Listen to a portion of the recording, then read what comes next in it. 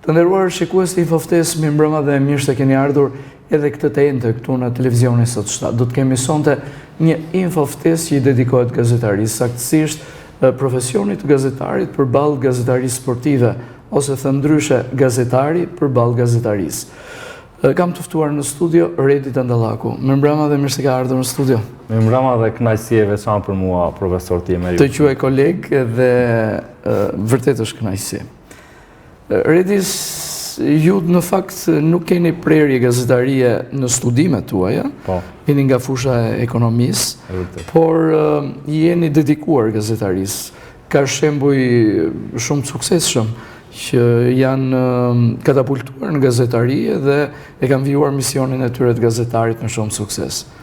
Është të vërtet kjo që konstatoni ju, pasi këta kam konstatuar në vitet e para kur kam filluar me gazetarinë e shkruar sportive në një gazetë kombëtare, edhe po ta shikoje i gjithë stafi ishte 80% ishin juristë, ekonomistë, mësues, edhe gjithë kishin sukses. Domethënë ata që kishin mbaruar kishin studiuar gazetari në profesion, ndoshta ishin në profesione të tjera. Në studimet e tyre ishin profesione të tjera. E kuptoj. Si ka lindur pasioni për gazetarinë? Domethënë ka diçka që ju ka shtyrë përveç le të themi dëshirës për sportin. Po në gazetari flas, ka një le të themi idhull, ka një mirë mendim të paracaktuar edhe me herët? Shiko. Se thellë brenda nesh flen gjithmonë emocione. Normal, edhe shembuj edhe. Unë studimet, më fal që po ndërpres, i kam nga bota filologjike, domethënë vi nga një prerje siç është gjuhë letërsia, që nuk është larg gazetarisë, por që sigurisht jam investuar në gazetari. Shiko, profesor, unë më lejoni t'ju drejtohem profesor, sepse Faleminderit. Unë kam qenë i lidhur me futbollin që i vogël. Kam dashur të bëhem futbollist, fatkeqësisht nuk u bëm, sepse nuk e kishim atë talent. Edhe besoj se lidhja me futbollin më çoi drejt gazetarisë sportive. Pasi diku te mosha 15 vjeç, kur në momentin që kaloheshe tek para të rinjtë, unë nuk munda të vazhdoja dot dhe e lash aty. Më vonë ndiqja shumë emisione sportive, të shumë të ishin emisione sportive që ndiqja. Do veçoj edhe emisione këtu në Sot 7, sigurisht. Pra kanë qenë një lloj grow up, kjo rritja e parë. Po, në fillim, mendoj se duhet të dëgjosh shumë, pastaj të kalosh në profesion dhe të mësosh shumë nga ajo fushë kudo. Po, le të themi pika e dëshirës ka qenë hershmëria juaj. Mbaj mend për herë të parë kaloj të kombëtarja shqiptare kundër Izraelit, edhe nuk e di, më lindi një dëshirë të merja një stereolapse dhe një fletore dhe të bëja një shkrim, një analizë, një koment në shtëpi. Po pas në verën e vitit 2017, kur punoja pranë në lokalet pranë liçenit, më lind mundësia të takoj, fati i mirë ndoshta, të takoj dikë që punonte në media në Tiranë. Edhe ju ofroj që të bëshit korespondenti. E pyeta dhe i thash mundet, ka të mundësi. Për momentin nuk ishte mundësi. Unë tha, do shoh, por gjithsesi tha, më bëj disa shkrime. Shpresoj të hapet një dritar. Më bëj disa shkrime, i dërgova shkrimet e mia, ai kontaktovi me disa shokë dhe në 2017 kam filluar në median e në gazetën kombëtare sportive, Panorama Sport, një ndër më të klikuarat. Unë ishte ëndër për mua. E kam seksuar edhe në emision tjetër këtu që dikur e lexoja shumë atë gazetë tek lokali Lagjes, sa diku pinim kafen. E lexoja shumë atë gazetë edhe kur shikoja emrin aty thosha si kur do jetë emri im këtu, edhe ndodhi ajo, por kjo me anë të shumë sakrificave, leximeve të artikujve sportive. Keni provuar vetëm gazetarinë e shkruar apo edhe komentatorin sportiv, le të themi live? Më së shumti kam në masën 90% të themi, kam provuar, jam te gazetaria e shkruar. Vitet e fundit dal edhe si analist sportiv në media këtu në Qark. edhe... Nëse do të ketë ftesa edhe nga mediat kombëtare, pse jo? Po, sigurisht, pse jo. Edhe bëjan rolin e analistit gazetarit sportiv në media këtu në qark.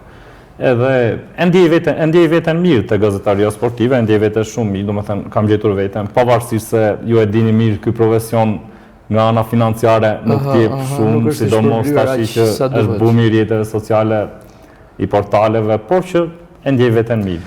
Me që i preket portalet, rrjetet sociale, sot ka lindur gazetari Facebookut, anonimati, njeriu i zakonshëm, që nuk ka etikën e gazetarisë i teket e jetë lajmin, por faktikisht jemi përballë kësaj gazetarie, dhe ajo që më bën përshtypje te kredi i gazetarisë sportive është redi i artikuluar edhe për te i fushës sportive, redi tek, le të themi, këndvështrimi politik, social, shoqëror, më pëlqen pena juaj.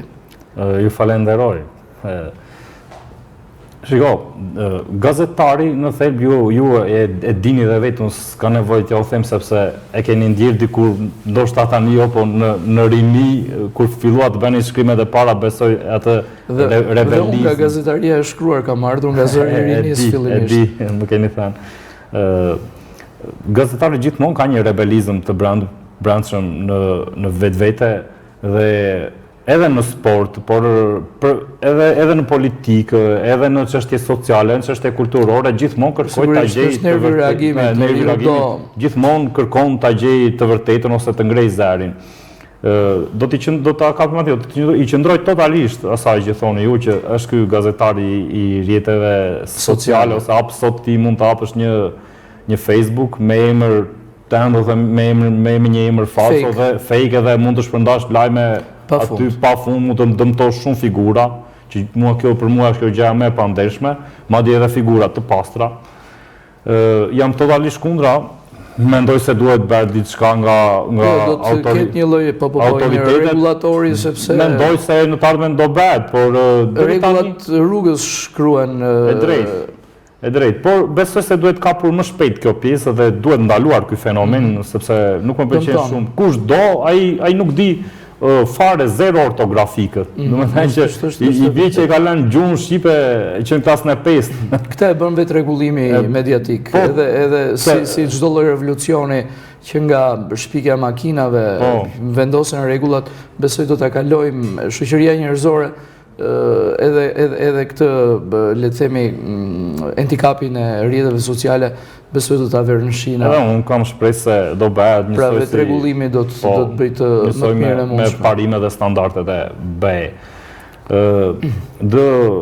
Më vjen mirë që e preke atë pjesën e përtej gazetarit sportiv, ju falenderoj që i ndiqni shkrimet e mia ndonjë. Njeriu është përtej një, le të themi, drejtimi të caktuar, sepse thash, është nervi, reagimi, intuita e gazetarit që të bën të ngresh zërin. Ndonjëherë, pavarësisht pozicioneve që mbajmë, sepse gjithë kemi... Ka një reagim publik. Dua të flasë ndonjëherë edhe ju i keni parë flasë ndonjëherë për çështje sociale, kulturore, sportive, ndoshta bëhet eseistin satirik apo ironik në mënyrë që të godas pjesën e një lloj, të themi, drejtuesi në qytet ose në qark ose në rang kombëtar që bën një politikë të gabuar. Po patjetër. Edhe këtu kam ky është misioni i gazetarisë. Po, ky është misioni vërtet i gazetarit dhe këtu kam shumë mbështetje dhe kjo janë njerëzit ata që e thon fjalën e fundit më pëlqejnë shumë. Cila ka qenë historia më e veçantë që keni raportuar ndonjëherë? Shiko, mund të them të veçanta, Pjesa më madhe e intervistave ka qenë reportazheve, shkrimeve ka qenë futboll për 5 vite e gjysmë. Akoma vazhdoj për 5 vite e gjysmë vetëm në një... Po si janë pak 5 vite e gjysmë? Mua më duken pak në krahasim. Në rrugtimin mediatik. Po ka patur raste edhe në sport, por dikur në bashkëpunim me një portal lokal kam intervistuar në një varkë, ka qenë intervista ime e parë në bashkëpunim me RTS. Keni intervistuar? Kam intervistuar një peshkatar, Rebo peshkatarin, është një njeri që gëzon shumë respekt edhe në qytet.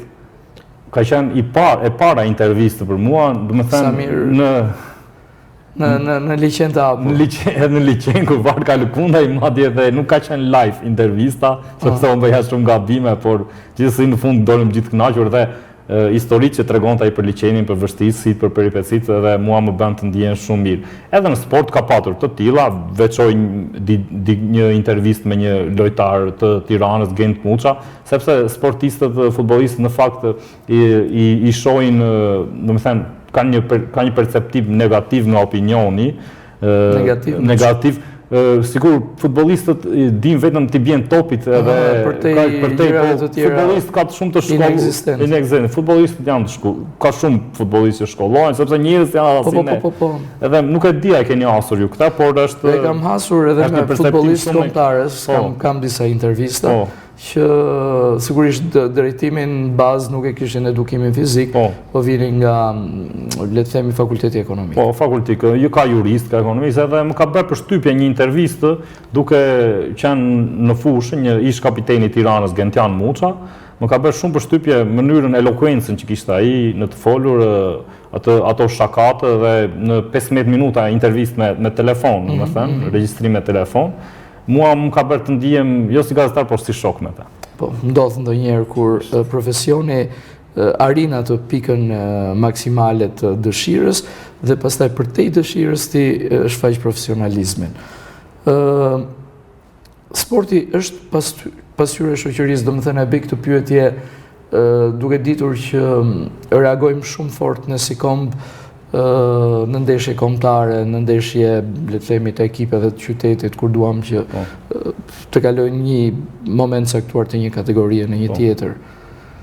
Është pasqyrë e shoqërisë, është pasqyrë e shoqërisë sigurisht, për faktin se shiko, në që sepse dua të bëj një prerje mes elementit vandal që i bën njerëzit shumë gjaknxehtë. Për fat të keq. Një reagim që e kemi në ndeshje sportive, por nuk e kemi në vitalitetin kombëtar, ku diun për të bërë zgjedhje që duhen ose në kauza kombëtare. Në kauza kombëtare, le të themi. Për fat të keq sporti është pasqyrë e shoqërisë, por në këtë Shqipërinë tonë ne kemi dhënë një pasqyrë shumë të keqe.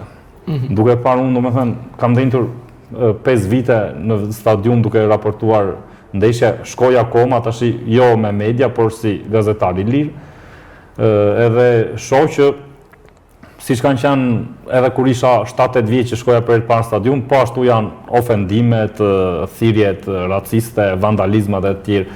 Nuk ka ndryshuar.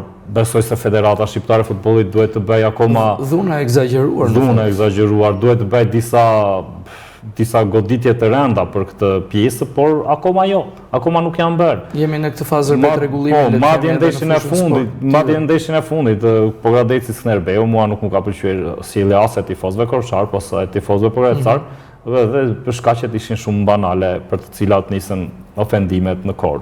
Dhe është pasqyrë e shoqërisë, por ne në sport nxjerrim si shqiptar nxjerrim anën tonë më të keqe. Ka një moment të vështirë. Në sjellje, po them. Po patjetër. Ka një moment të vështirë në këto 5 vjetë gazetari që ju keni shkruar, raportuar? Ka shumë momente sepse... Po një, për shembull. Po, ka shumë të tillë, por një, do me thënë, ka qenë kërcënimi i parë që ju kam bërë ju personalisht. Po, që më ka bërë personalisht. Ka qenë kërcënimi i rënd, madje, dhe ka qenë në vitin tim të parë të gazetorisë, ndoshta unë nisa me shumë vrur. Ka ardhur nga, le të themi... Ka ardhur direkt, do me thënë, ka qafër sa jemi në bashkë, ka ardhur edhe, më është treguar, do me thënë, është ka qenë një kërcënim, do me thënë, shumë i fortë. Jo tifozi, kanë qenë nga persona të lidhur me drejtues klubi, do me thënë, persona të rrezikshëm. Për momentin nuk jam dirë mirë sigurisht, por e kam përballuar atë situatë, nuk e di edhe për moshën që kam patur në atë kohë, do me thënë, ose për eksperiencën, mund të shka reaguar edhe impulsivisht, por kam reaguar shumë mirë.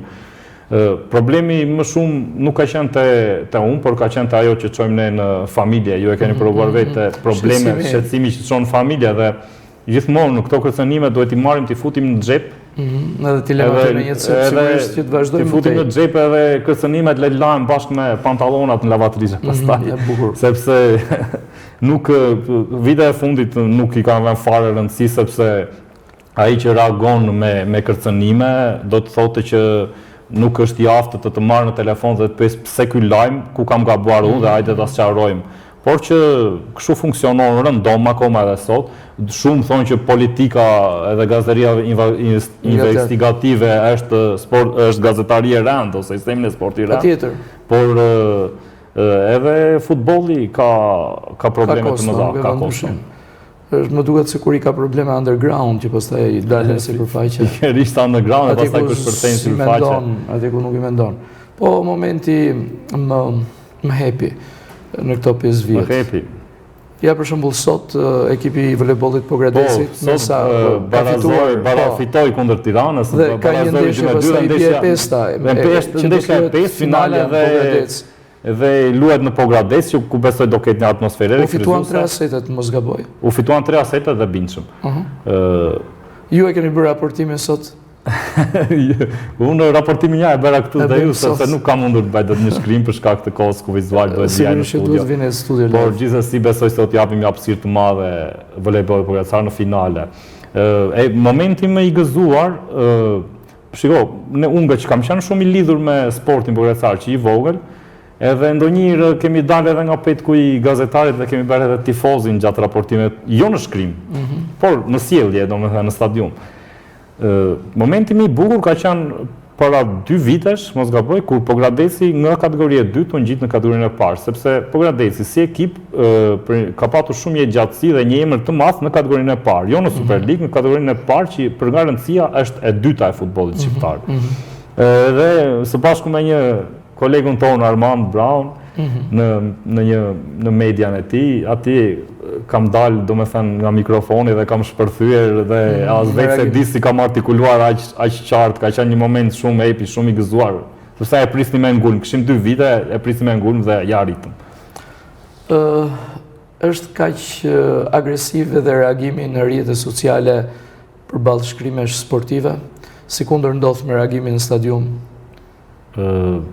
Është shumë agresiv. Unë për fat të mirë në komentet, në shkrimet e mia marr shumë pak shkrime agresive. Unë mendoj që ka ardhur një moment që komentet nuk duhet të ekzistojnë tek pjesa e lajmit. Tek lajmi profesionist, njerëzit marrin lajmin edhe komentin ta bëjnë për vete. E drejtë. Jo se censurojmë komentin, po sepse censurojmë nivelin nga vjen komenti. Censurojmë nivelin, jam dakord.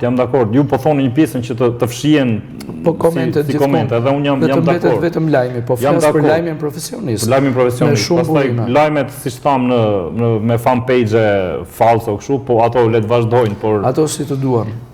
Jam shumë dakord. Flas për media serioze, imazhe serioze mediatike. Jam shumë dakord. Madje ju më keni ndjekur, unë kam bërë edhe profile personazhesh, njerëzish që kanë lënë gjurmë në historinë e Pogradesit, që kanë shënjuar historinë e qytetit si në kulturë, sport, art, në shumë fusha. Edhe dikur kur shkruanim në një portal këtu në Pogradec, merrnim shumë komente pozitive, por në 300 komente pozitive, në 300 komente në 5 të tilla ishin negative, këto ndoshta për disa njerëz që kishin patur një tërbetje me personin, me Ilirin apo me Redin. Dhe njerëzit thoshin faleminderit shumë për shkrimin, domethënë ndjehemi vlerësuar për XY-in që e ka patur Daj ose e ka patur familjar të tij. Por kamallin në komenteve, sigurisht unë do t'i censuroj, i kam thënë, sepse nuk mund t'i le në 99% komente pozitive, 1% nuk do t'i le të shprejnë atë mlefin. Dhe ka qenë kjo pjesa ajo që prekni ju, ka qenë shumë e vështirë për njerëzit kur një personazh që ka lënë gjurmë në historinë e qytetit, në fusha të ndryshme, edhe t'jenë 5 njerëz, 5 tipa po them në gjurmë në një zhargon të rëndë, t'jenë 5 tipa që ta ofendojnë në kështu rënje të mballë, është shumë e rëndë dhe jam shumë dakord që këto të censurojnë totalisht. Po, mbetet flas për lajmin profesionist, lajmi që hyn në çdo familje, në çdo, le të themi, tru individi dhe që sigurisht flas i dëmton. Po. Në anën emocionale. Dhe mbetet mirëfill. Mirë, Edi, ne do të kalojmë në publicitet, do kthehemi pjesën e dytë me tjera le të themi zhbirilime të undergroundit ose asaj që fsheh bota sportive e gazetarit. Dakord, publicitet. Publiciteti nga ka rikthyer në pjesën e dytë të Infoftezën dhe zotëri me mua vijon të jetë i ftuar në studio Redi Dandallaku, gazetar, për më tepër gazetar sportiv. Redi, ishim duke folur për elementin e klikimeve në lajme, por sigurisht si e përballon një gazetar, le të themi, kritikën publike apo komentet negative që vinë her pas here? Shiko, kemi fituar imunitet me kalimin e kohës, njeriu nuk është më si në hallet e parë që kjo është më e sigurt. Tash imunitetin e kemi të plotë. Fillimisht në fillimet e para gjithmonë kur shkruan gjithmonë si kur prek një temë sensitive, gjithmonë është problem, domethënë sikur edhe tek koment të thotë, domethënë ke shkruar kod, të thëtëm të fjalë të thotë, ti ndjesh keq fare. Imagjinoje më vonë pastaj kur fillon Arsenali i goditjeve me ofendime nuk di çfarë të them.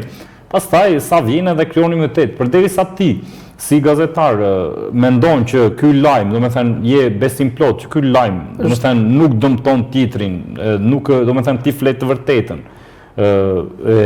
Ke marrë shumë burime, ke marrë 4-5 burime, i ke mbledhur, i ke bërë një përmbledhje të lajmit dhe e publikon, atëherë nëse je i sigurt me veten, pse s'ka nevojë të mërzitesh fare nga lajmet, sepse njerëzit janë të ndryshëm, se po të ishim njësoj gjithë njerëzit do ishim robot. Njerëzit janë të ndryshëm, kanë mendime të ndryshme, kanë interesa të ndryshme. Ti me veten tënde je okay në publikimin e lajmit, komentet të shqetësojnë? Po, ndonjëherë po, por në shumicën e rasteve jo, kur mund të jetë ndonjë koment që cënon familjen time, atëherë po shqetësohet, por gjithsesi do ta kalosh, sepse përderisa zgjedh këtë profesion, profesor ju e dini më akoma mirë se unë, përderisa zgjedh këtë profesion, ka të bukurat, por ka edhe ato pjesën që do të mërzis, ato momentet të mërzitshme që vesh nuk do shkruaj me thua, por i kalon, edhe e thata ju, fiton imunitet. Presioni më shumë vjen nga klubet, vjen nga sportistët, vjen nga, le të themi, drejtuesit e tyre? Presioni më së shumë të vjen nga drejtuesit e klubeve. Nga drejtuesit e klubeve. Sportistët ju aq shumë sepse zakonisht me sportistët ka marrëdhënie miqësore në përgjithësi. Në një mas të madhe ka marrëdhënie miqësore. Më së shumti vjen nga drejtuesit e klubeve, sepse një dështim unë kam folur vitet e fundit, kam folur për dështimet e klubit, për shembull të futbollit, po Gradecit, edhe kur ka qenë pronë e bashkisë, por edhe sot që është me president privat, kam folur dhe gjithmonë ka patur, domethënë, telefonata, ka patur mesazhe, ka patur përplasje, domethënë direkte, pika kulmore, tensioni, por që i pëlqejnë si pëlqejnë, unë kam thënë të vërtetën. Në qoftë se unë kam bërë një lajm të gabuar, atje ja ku është prokuroria, mund të paditë dhe kjo është rruga më e mirë. Jo kërcënim. Por këtë dinë sot, jo vetëm këtu po Gradec, por gjithë Shqipërinë, sepse ne kemi kolegë dhe ka patur raste këtë kërcënimet, domethënë janë allka më e ulët, domethënë nivelit më i ulët, por të tjerë janë dhunuar fizikisht e janë djegur makina apo jesh vendosur lëndë plasë pra banesave të tyre, por nuk ekziston kjo kulturë që në momentin që ti si gazetar publikon një lajm, një drejtues klubi apo edhe një trajner, sepse edhe trajnerët ka patur raste me trajner, të marrën telefon, thotë hajde sqarojmë këtë muhabet, domethënë këtë shkrim të gjemje të mesmetar, edhe sepse ka patur në shumë shkrime që kam bërë unë, vetëm një herë kam fshirë një lajm, e kam fshirë lajmin, ka një pse. Jo sepse madje sot jam i penduar për atë lajm që e kam fshirë, për vetëm fakt, jo se lajmi nuk ka qenë i vërtet, por sepse X apo Y trajner apo drejtues dëmtoshe nga ky lajm, ose i dëmtoshe më të ardhmen në rroga, por që ai kishte gabuar. Edhe jam bërë pishman, por që ka ndodhi tash. Ishte mbase mungesa e eksperiencës. nëse do t'jeni në pozita të tjera, nuk besoj se do t'a bërni një fshirje të tillë. Jo, tani jo, koha e ka vërtetuar më së miri, edhe vitet e fundit më është kërkuar në mas të madhe që ky lajm jo, nuk e kam bërë. Vetëm qofse do gaboj, por nuk mendoj se mund gaboj pas kaq viteve eksperiencë. Gjithmonë ka njëherë të parë për të gabuar. Gabimet na bëjnë më të mençur. Redi, cili është një sportist që ju ka lënë mbres si person, ju përmendet një në fakt që Po, ishte Gentian Muça i Tiranës, por a ka një sportist që vjen si model, si në të gjithën e personit vet? Mos jetë këtu në Pogradec. Po, bota e sportit është e madhe, domethënë si në Pogradec, si në përtej Pogradec, si në rang kombëtar, si në rang botëror. Unë do veçoj, domethënë bota e sportit është ai ka qenë edhe profesori im dikur kur luaja me under 14, ka qenë Roland Çala. Profesor Landi. Është një njeri mirënjohur i sportit pogradecar, mua më ka lënë shumë bresa, mënyrën si ai ka drejtuar me shumë pasion, me dorë të ekurt në thonjza, dhe asnjëherë nuk kam dëgjuar, nuk ka erdhur në veshin tim që profesor Landi ra dakord me... Ne përshëndesim profesor Landi, ne urojmë një të gjatë. E di pse e bëra këtë thyrje, ju rastisht e përmendët, mbaj mend që unë kur isha nxënës në gjimnaz, ndoshta në vit të dytë mos gaboj, ka ardhur profesor Landi si drejtues i ekipit Pogradecit, edhe djali i Genti më pas, po. Kemi qenë paralel në gjimnaz, ndanim këtë lloj emocioni përveç mësimeve dhe të sportit. Po e kujtoj si një moment kur ka ardhur profesor Landi, ka qenë trajner Ylli Kuq. Atë është Pogradeci që Ylli Kuq. Ishte emri Ylli Kuq, po. Dhe më pas me profesor Landin pastaj ne punuam në gjimnazën Pogradecit. Ka qenë edhe si profesori i strukturës, po, edukimit fizik. Po dua ta veçoj sepse në klimën e pas viteve 90, sportin zakonisht nuk është drejtuar nga njerëz shumë të kulturuar, sidomos futbolli.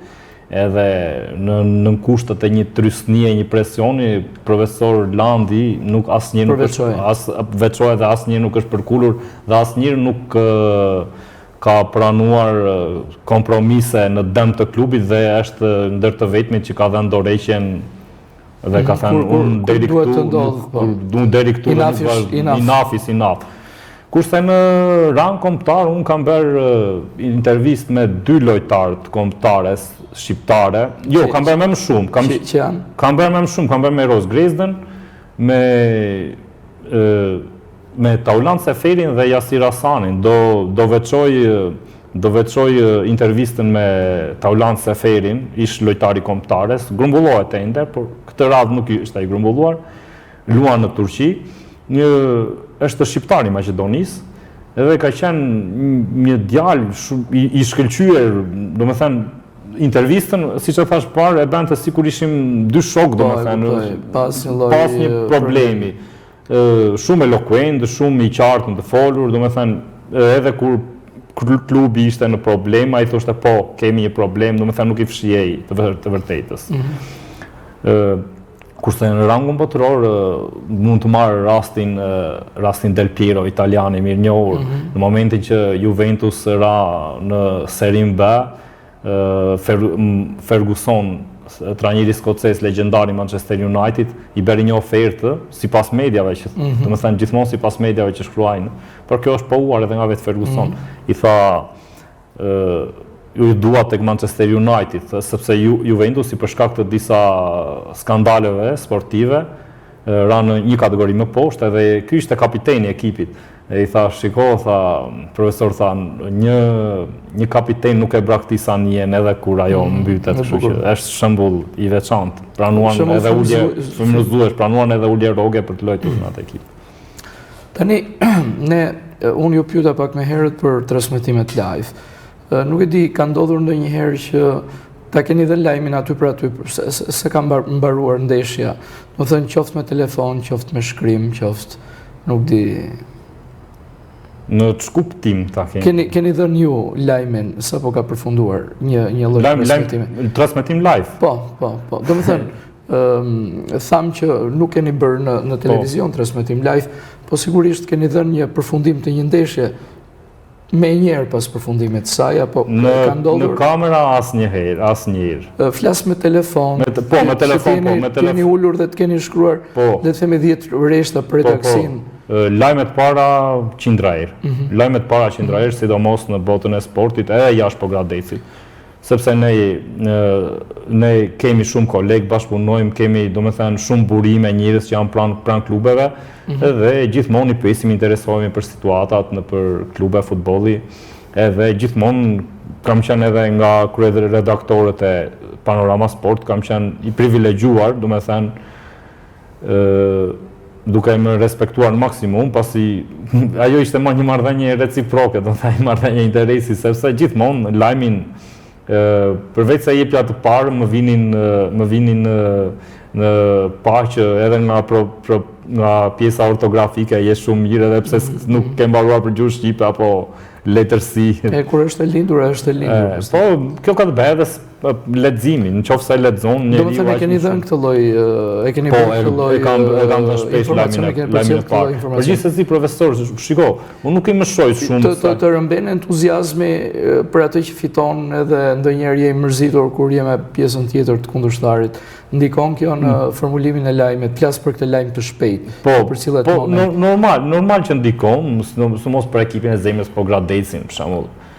Sepse ne këtu kemi në gazetar lokal jemi, edhe në fillim vitin e parë se përfshiheshe, pastaj fillon edhe bëhesh si, domethënë kalon një person i mesëm, nuk i as me kundërshtarin, as me klubin, si unë zemra të re për klubin, por kërkojnë që lajmin ta bësh sa më të qartë, domethënë për lexuesin, dhe t'japësh ato më pikante, analizën ta bësh të saktë, mos anosh nga asnjë klub. Ti je i pash. Koha gjithmonë të bën që ti të profesionalizohesh akoma më shumë dhe mos mbash anë. Më ka ndodhur ka marrë emocion jo prej transmetimit sesa prej uljes në karrigen e vendit të gazetarëve në Air Albania, për ndjekur një event, nuk e di, luan të Skënderbeu, nuk di se me ke. Po, në Final Four, besoj, para 2 sezonesh. Po jo për të transmetuar, nuk e di, ka marrë emocion edhe nga jo ullje në atë vend. Po, sepse është e stadium një atmosfera që e bërë. Pjesa e vendit... E vendit kurin gazetarë, po. Mediave. Po, është e vërtet.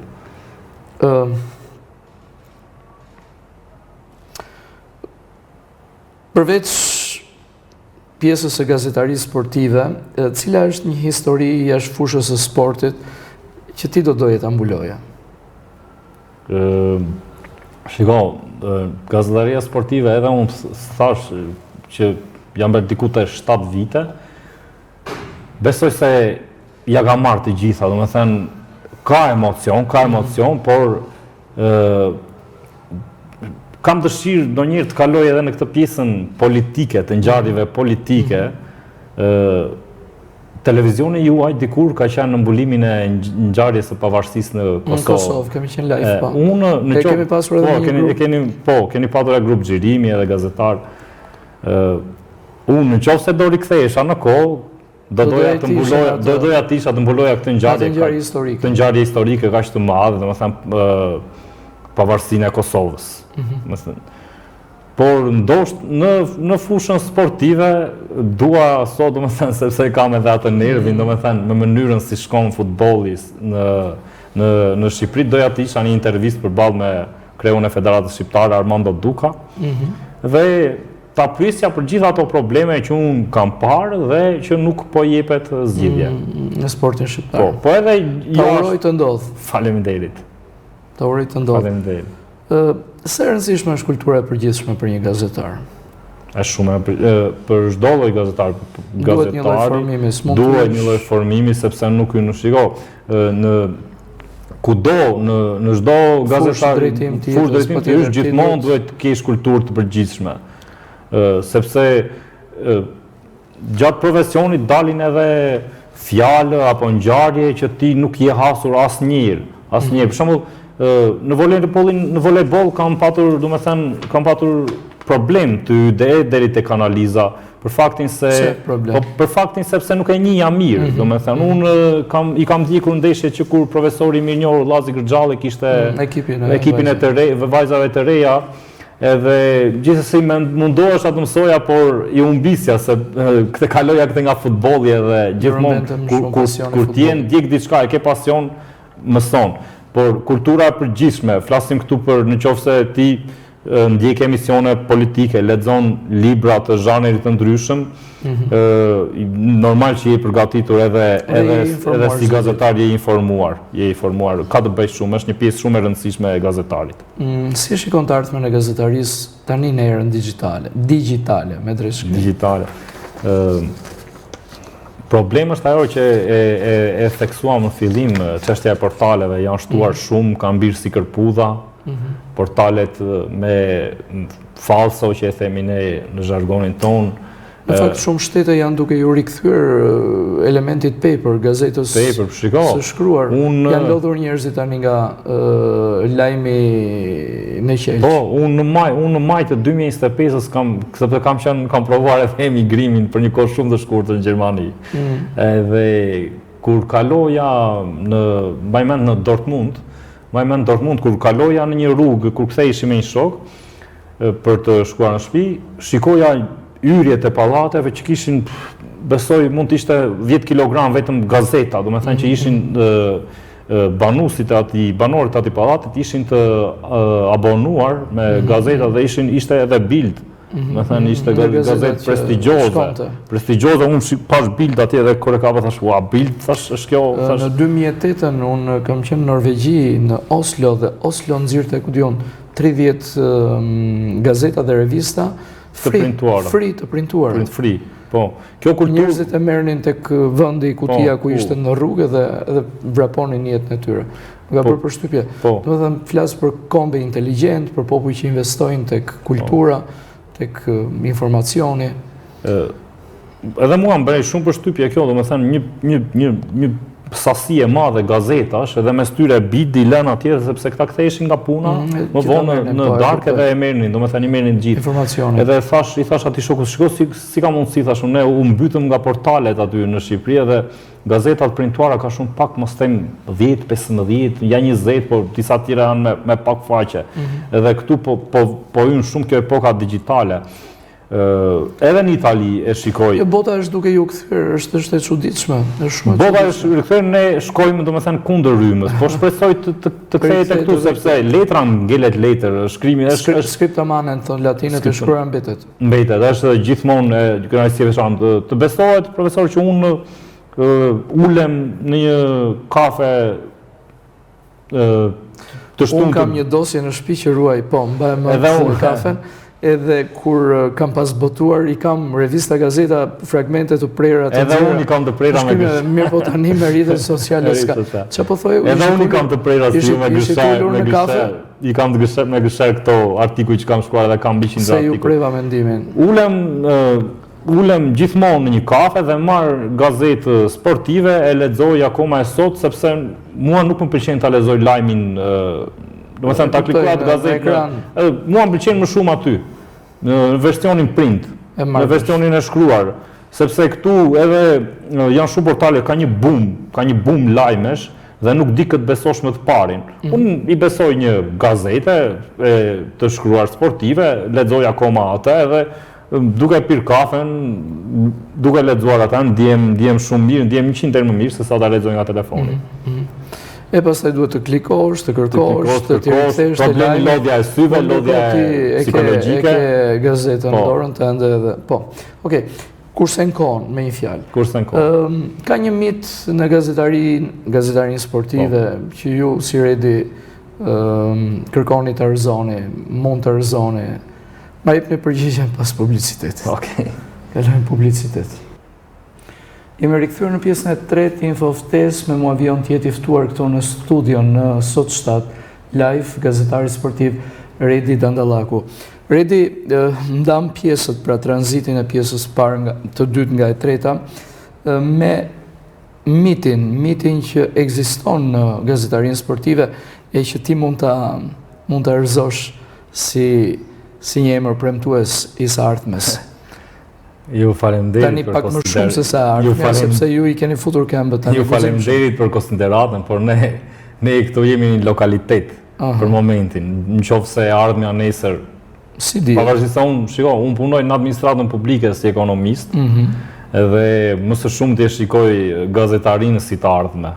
Sepse, domethënë studimet i kam marrë për ekonomi, por e shikoj pasioni dhe dëshira e mund të domethënë dëshira është aty, ashtu siç na thoshte një pedagog dikur, bëni ata që ju bën të ndiheni më mirë. Për sa i përket rrëzimit të një miti, është vështirë të rrëzohet. Është shumë vështirë sepse ne jemi edhe një komb që i duam, i krijojmë mitet, i duam vetë. Kemi krijuar miten politike, imunitet shumë të fortë dhe akoma nuk e shkolim dot. Imuniteti 40 vjeçar i periudhës mitit komuniste, ne akoma ka njerëz që kanë sot dashuri për Emerozhën, jo më për mite gazetar sportiv. Shiko, një gazetar i fortë, komentator i fortë që është kthyer në një mit në Shqipëri është Shako Hoxha. Ai ka krijuar një profil aq të fortë sa edhe komentatorë të rinj, ka shumë komentatorë të rinj premtues janë 2, 3, 4 ndoshta, sepse është vështirë sot të komentosh sepse ndeshje live, por edhe lapsuset janë të shumta. Pra është vështirë të suksesi këtij njeri, standardi që ka vendosur Shako Hoxha. Ai ka talentin e veçantë, domethënë edhe ka punuar fort për të arritur aty, ka investuar për të arritur aty ku është, ka stilin e tij, sepse talenti është edhe i lindur, por edhe ti e perfeksionon gjatë viteve të karrierës. Ka të rinj që komentojnë ndeshje, por akoma e sot Shako Hoxha është një mit në gazetari. Zor se rëzon njeri, nuk e di e ardhmja do nxjerr një emër apo jo, por është shumë e vështirë për ta rrëzuar këtë lloj miti, sepse akoma më të famshëm e ka bërë edhe ajo ndeshja me Serbin, kur i tha çfarë ishte, i tha Alban, tha Shako më tregova, ishte flamuri i bukur botë, ajo e ngriti në piedestal. I dha një vlerë edhe më shumë se sa ka ekzistenca. Po. Pra, sa ndikojnë figurat publike, le të themi, tek rinia sot? Këto lloj mitesh, këto lloj njerëzish, jo vetëm komentator, jo sportist në përgjithësi. Po themi politikan, showman, ndikojnë shumë, duke parë që sot ka një prangohen njerëzit pranë imazheve.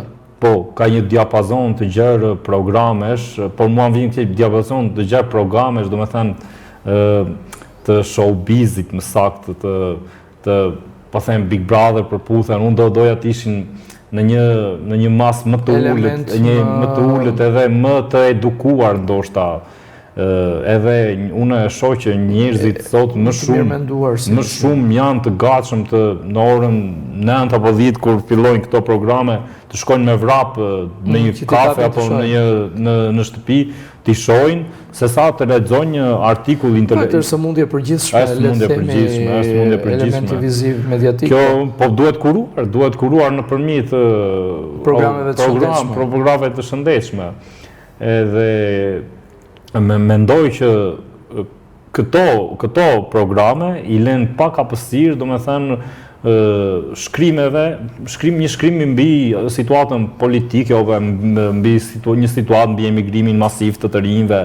Domethënë ne jemi më shumë të shikojmë këto lloj emisionesh se sa të lexojmë një shkrim që është shumë i gjatë dhe themi sa i gjatë ky edhe e lëm në gjysmë. Por që mund të ketë vlerë. Po, për shembull nëse mentor Kikia është një penë sot, edhe bën shumë analiza të mira në rrjetin social Facebook edhe në gazeta të tjera. Unë e lexoj deri në fund, ndërsa një shoku im më tha një roman se që nga shumë e gjatë kjo, domethënë hapi shkurt, hapi YouTube-in. Po, rrjetet sociale duan shumë shkurt lajme sepse njerëzit lajmin e gjatë. Po kjo është që thatë ju është sëmundje e përgjithshme edhe një sëmundje që duhet kuruar sepse nuk mund të vazhdojmë kështu. Njerëzit është ajo që thatë ju duhet të kenë më shumë kulturë të përgjithshme se sa një kulturë të showbizit. Sepse showbiz është një pjesë e jetës. kultura e përgjithshme, politika, ekonomia, çështje sociale ndeshen çdo ditë me ne. Ne ndesim çdo ditë. Ridi, ka figure sportive që fryhen, mbrohen nga media. Se ne po flasim edhe pa doreza në tria këto pjesë. Më vjen shumë mirë që po sigurisht që ka. Se media fabrikon edhe fryn. Po edhe atë që s'ka vlerë edhe merit. Normal, është problemi i medias së kapur. Do me thënë... Pra, ka figura sportive që mbrohen nga media. Ka figura sportive. Që s'janë le të themi në maj natyre, s'janë më të mirë natyre. Sidomos, po ndoshta nuk kam bërë asgjë. Dhe i fryjnë shumë. Këta paguajnë? Po mendoj se paguajnë, sepse asnjë gazetar. Si unë nuk dua të mbur veten, por unë edhe kolegë të tjerë deri më sot, po flas për veten tim, nuk kam marrë një lek për të bërë një lajm. Madje më është ofruar edhe një shumë për dikush po e marr nga një prindi, një lojtari 15 vjeçar. Dhe më ka thënë hajde bëjmë kaq një lajm të shkurtër të jap kaq, i kam të jap një X lek. Kam thënë shiko, unë nuk është se marr atë lek edhe sepse e quaj si punë, ju po më pagoni, unë po e reklamoj, e quaj si reklam. Por kjo reklam do ta dëmtojë në të ardhmen atë djalin e tij, sepse ai nuk ishte as pak në lartësinë që duaj.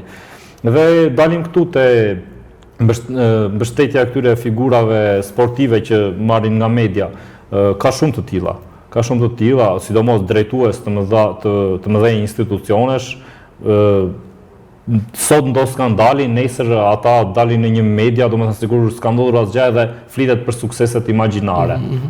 Një lloj si për lajmet që fryen për klikime. Për klikime. Është e njëjta gjë. Funksionon një lloj si në politikë edhe në sport, është e njëjta gjë. Ka politikanë që media i krehë bukur, ka edhe drejtues klubesh futbolli apo drejtues institucionesh futbolli që media po njësoj i krehë shumë bukur. Ka korrupsion në gazetarinë sportive sot? Po sigurisht që ka, si në çdo gazetari ka, si në çdo lloj fushat gazetarisë ka. Janë raste të ralla kur lajmi në gazetarinë sportive del 100% i pastër apo i filtruar, sepse është kjo pjesa e korrupsionit. Drejtues, klubesh, president pagojnë ose ka gazetar pranë klubit që duan të nxjerrin lajmin ta lustrojnë dhe jo, sepse marrin diçka, marrin një pagesë dhe do të thënë e kanë humbur atë sensin e gazetarit që duhet të thotë të vërtetën, pavarësisht se problemet mund të jenë të mëdha në vazhdim, do të thënë ajo pjesa e rëndesës emocionale për shkak të kërcënimeve, por këta kanë zgjedhur këtë rrugë. Kjo është rrugë e gabuar, por që këtë rrugë kanë zgjedhur. Ka tema të ndaluara që sporti i shmang? Sigurisht që ka shumë. Sigurisht që ka shumë, sepse në futboll pas viteve 90 kanë investuar edhe persona me precedent kriminal. Edhe unë ndryshe tash i futbolli është formalizuar, edhe media është në një, do të thënë, mbrojtja e medias është sidomos sepse Shqipëria po shkon drejt integrimit në Bashkimin Evropian edhe po ruhet, do të thënë, po merr një mbrojtje gazetari. Më përpara ka patur shumë probleme të mëdha gazetari as nuk guxonte të përmendte edhe shpendin nëse kalonte në fushë, jo me të përdorte emra presidentësh klube që ka qenë president kriminal. Është vështirë të kritikosh në një shkrim një gazetar, më fal, sportist që ti e nje. Kjo është pjesa më e vështirë, do të them unë.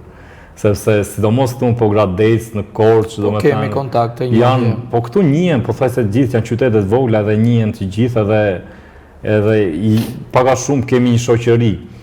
Për shembull, tash në këto momente në Pogradec luajnë 4 në futboll, luajnë 4 pogradecar, unë me të 4 kam njohje. Sigurisht kam përmendur edhe emra, por do të thënë kam qenë i moderuar sepse s'kam dashur dëmtoj edhe klubin, por edhe ata edhe mikun, por duke parë që është edhe një situatë e vështirë e klubit futbollit, pasi nuk arriti ngjitjen direkt në Superligë dhe tash do ta tentojë nga play-offi dhe edhe jam rritur. Ti ke guxuar dhe ke kritikuar. Po kam guxuar për të mirë, edhe të sportistë të klubit, po edhe të ekipit. Edhe kur klubi ka qenë pronë e bashkisë, që merrte jo pak, un kam guxuar sepse dikush mund të thoshte që ky një avas ka vetëm kondra, por ato ishin taksat e qytetarëve, po gratë të carë që ishin në një klub futbolli, se unë theshë investimet e shikoja si administroshin, si investojej ose si kalonin këto para, dhe nuk e kam prekur drejt për këtë të temë, por të thorazi kam dashur të nxjerr diçka në pa. Është audiencë sot me interesuar për pjesën e skandalit, se sa për një analizë të mirëfillt sportive me vlera pozitive. Ju e dini më mirë se unë që sot njerëzit duan skandalet. Shet skandali. Sot shumë gazetar lajmin e kanë biznes, nuk e kanë profesion. Ka një skandal botëror në fushën e sportit momentalisht? Nga që ju jeni syevesh? Momentalisht, skandal botëror, por për momentin është kjo pjesa e skuadrës italiane, Inter, që po hetohet për disa paste sportive, njësoj si që ndodhi për gjykim arbitrash gjyqtarësh, për caktim gjyqtarë, ndoshta trukime, akoma hetimet nuk janë thelluar, por njësoj si që ndodhi Italia do me thënë edhe në futboll, për momentin është duke parë që edhe kombëtarja ka 3 herë rresht që nuk kualifikohet në botëror, po edhe futbolli italian ka rënë në nivele shumë të ulta, ku pas skandalit të Juventusit para shumë vitesh, tash i ka dalë emri i Interit në skenë që drejtues të caktuar kanë caktuar gjyqtar për disa ndeshje të caktuara, edhe për momentin ky po përflitet shumë si skandal. Do doja një këndvështrim personal nga ana juaj për le të themi pjesën femërore të gazetarisë sportive. Është kthyer në trend në fakt vitet e fundit. Çfarë mendimi keni? Është kthyer në trend, por në metropol i themi në Tiranë, sepse këtu unë nuk e dija. Ndoshta femrat që kanë guxuar dhe kanë hedhur javë për të futur në stadium për të ndjekur ndeshjen. Po jo për të marrë me gazetarisë sportive. Është shumë e vështirë në qytete si Pogradeci, Korça apo Maliqi që po mos them edhe kalojmë edhe Elbasanin apo Turqi. Për te qyteteve tona një opinion për koleget femra në gazetarinë sportive gjithmonë. Pa dashur të bëj, domethënë të kritikoj, por shoh që ka shumë gazetar të mirë sportiv meshkuj në Tiranë dhe këta zvendësohen me moderatore femra, sepse kështu... Nuk flas vetëm për ato që mbeten velina të bukura të ekranit, flas për moderatorët që kanë vlerë. Ka moderatore dhe unë do veçoj Vilma Masha. Vilma Masha është një... Pra, elementi femror në gazetarinë sportive sot është premtues. Është premtues, po sigurisht që është premtues. Është një vazhdimsi në rrugë të mbarë. Po, një gazetare nga Korça, Sabina Mete, punon në RTS, edhe ajo e kam parë që kur shikoj femra që raportojnë për sportin, çuditan shumë dhe kur kanë aq informacion, ndoshta informacion shumë edhe se meshkujt që janë gazetari, edhe janë shumë të dedikuara, partikulara, dedikuara.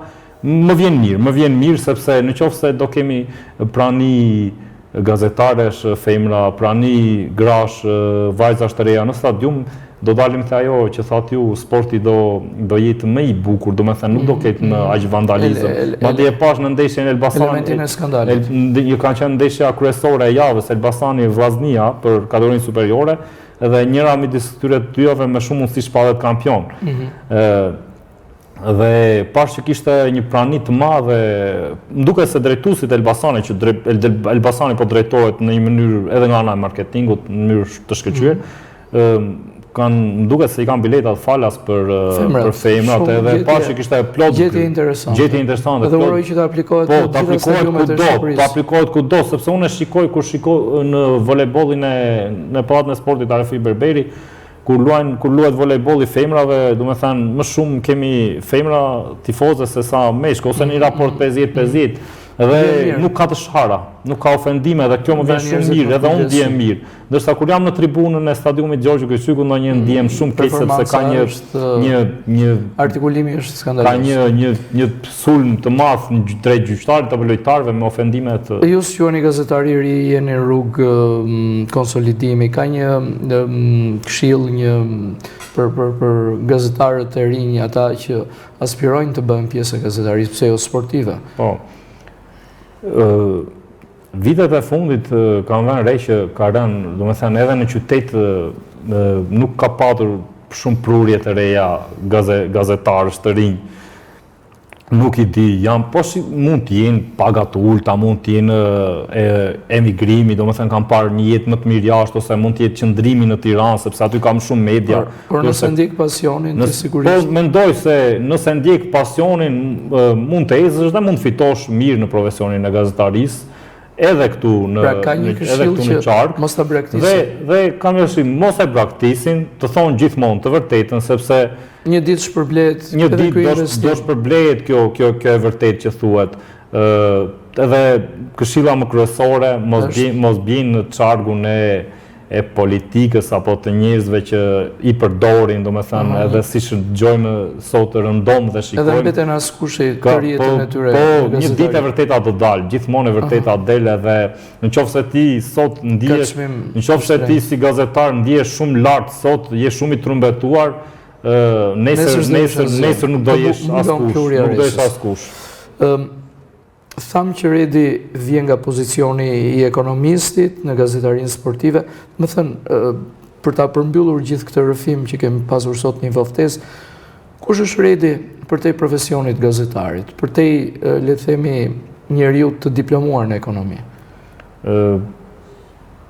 Punoj si administratës publike, si ekonomist, në Bashkimin Pogradec, nga ana të premte në punë, pas dite gjej mundësinë të dalim me shokët shëtitje nga liçeni, shpesh luajmë kalçeto, se futbollin nuk na nda, nuk e praktisin dot, shohim ndeshje, kalim me familjen, kalim kohë me familjen sigurisht, sepse familja është e rëndësishme, ndajmë ide, mundohemi të udhëtojmë deri në jashtë qytetit, do me thënë edhe pjesa e shoqërisë, e vere se shumica e çunave kanë emigruar, sepse nuk i kemi më këtu, krijojmë shoqëri të reja, mbajmë kontakte akoma në shoqërinë e vjetër. Redi, unë të uroj shumë suksese, jo vetëm në rrugëtimin tënd si gazetar sportiv, si gazetar në përgjithësi, sepse ku diun rrjetet sociale ti shfaqesh përtej elementit sportiv.